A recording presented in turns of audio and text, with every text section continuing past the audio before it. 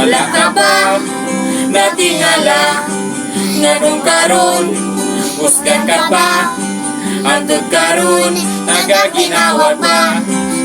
Ang Diyos kanunay siya ka nato nagabantay, bisan may pagsulay iya kitang gisabnay. Pinanggatan niya si Jesus ang ipadala, aron ang nangawala ikablagan niya.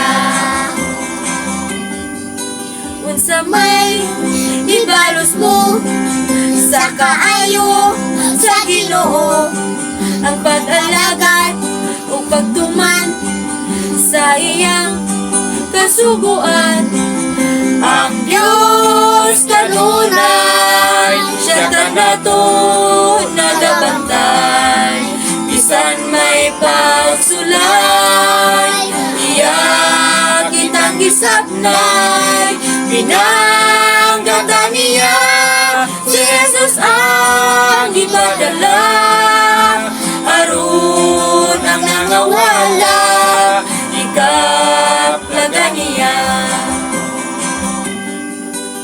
Gala paminawa Ikang tanan ng kanya, kay siya gayud ana kanunay nga mugiya. ang Diyos kanunay siya ka nato nagabantay, bisan may pagsulay iya kitang gisabnay.